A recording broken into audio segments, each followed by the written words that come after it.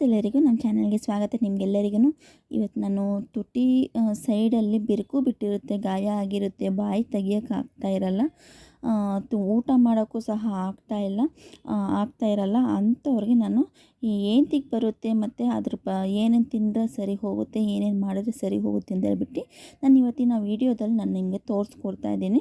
ನೋಡಿ, ತುಟಿ ಸೈಡಲ್ಲೆಲ್ಲ ಈ ಥರ ಗಾಯ ಆಗಿ ಬಿರುಕು ಬಿಟ್ಟಿರುತ್ತೆ ಮತ್ತು ತುಂಬ ಬಾಯಿ ತೆಗಿಯೋಕ್ಕಾಗಲ್ಲ, ನೋವು ಅಂದರೆ ನೋವು ಇರುತ್ತೆ. ಕೆಲವರಿಗೆ ತುಂಬ ಮಾತ್ರೆ ತಿಂದ್ಬಿಟ್ಟು ಮಾತ್ರೆಗಳು ತುಂಬ ಡೈಲಿ ತಿಂತಾ ಇರ್ತಾರೆ, ಅಂಥವ್ರಿಗೂ ಆಗುತ್ತೆ. ಮತ್ತು ಹೊಟ್ಟೆ ನೋವು ಸಮಸ್ಯೆ ಇದ್ದವ್ರಿಗೂ ತುಂಬ ಆಗುತ್ತೆ. ಅಕ್ಕಿ ತಿಂತಾ ಇರ್ತಾರೆ, ಹಸಿ ಅಕ್ಕಿ, ಅದು ಪಾಲಿಶ್ ಅಕ್ಕಿ, ಅದನ್ನು ತಿಂದ್ರೂ ಈ ಥರ ಬಾಯಿ ಸೈಡಲ್ಲಿ ಗಾಯ ಆಗುತ್ತೆ ಮತ್ತು ಬಾಯಿ ತೆಗಿಯೋಕ್ಕಾಗಲ್ಲ, ಅಷ್ಟು ನೋವಿರುತ್ತೆ. ಮತ್ತು ಇದ್ರದ್ದು ಮನೆ ಮದ್ದು ನಾನು ಏನೇನು ಮಾಡ್ಕೋಬೇಕಂತ ಹೇಳ್ಬಿಟ್ಟು ನಾನು ಹೇಳ್ತಾ ಇರ್ತೀನಿ. ಹರಳೆಣ್ಣೆ ಇರುತ್ತಲ್ಲ, ಹರಳೆಣ್ಣೆ ರಾತ್ರಿ ಹಚ್ಬಿಟ್ಟು ಬೆಳಗ್ಗೆವರೆಗೂ ಬಿಡಿ, ಅದನ್ನು 2 ದಿವಸದಲ್ಲಿ ಕಮ್ಮಿ ಆಗುತ್ತೆ. ಮತ್ತು ಕೊಬ್ಬರಿ ಎಣ್ಣೆಯನ್ನು ಹಚ್ಕೋಬೋದು, ಕೊಬ್ಬರಿ ಎಣ್ಣೆ ತುಂಬ ತಂಪಿರುತ್ತೆ.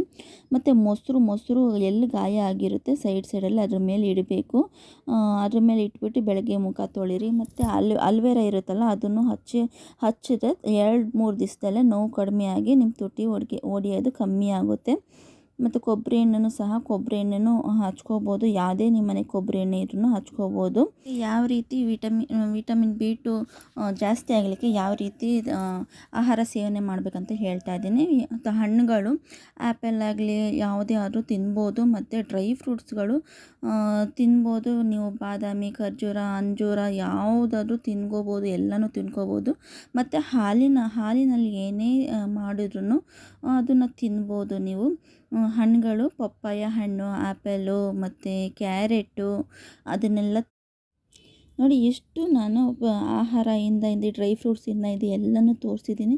ಇದಿಷ್ಟು ನೀವು ತಿಂದರೆ 2-3 ದಿವಸದಲ್ಲೇ ಈ ಬಾಯಲ್ಲಾಗಿ ಸೈಡಲ್ಲೆಲ್ಲ ತುಟಿ ಹತ್ರ ಆಗಿರೋ ಗಾಯ ಮತ್ತು ತುಟಿ ಹೊಡೆತ ಅದೆಲ್ಲ ಪೂರ್ತಿ ಕಮ್ಮಿಯಾಗಿ ನೋವೆಲ್ಲ ಕಮ್ಮಿ ಆಗುತ್ತೆ.